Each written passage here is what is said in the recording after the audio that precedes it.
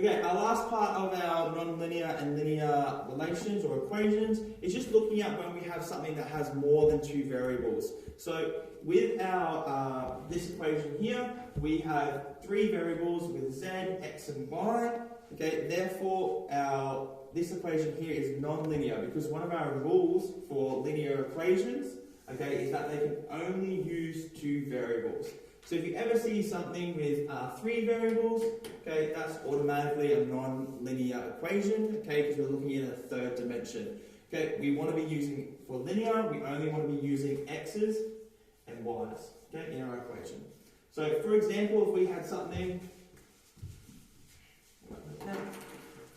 if we had something like this, 3x plus 4y equals 1, we're using x variable, we're using a y variable, so therefore, or two variables, x and y, therefore this is linear.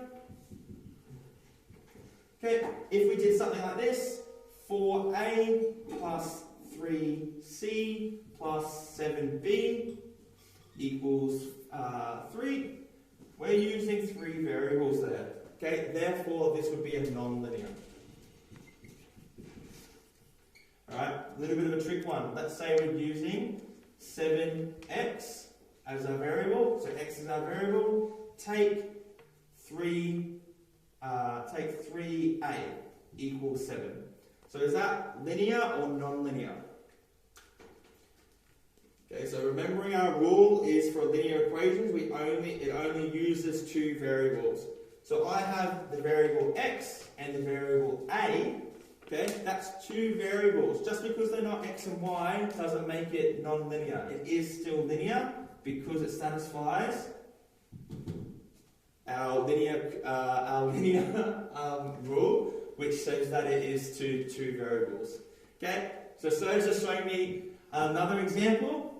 So we're looking at square roots. So if we're looking at an equation like this, so y equals the square root of x.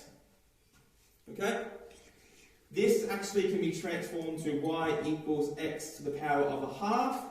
Okay, and if we go back to our other rule that we were saying before, all of our linear equations need to have powers of 1. So therefore, this one here is not linear.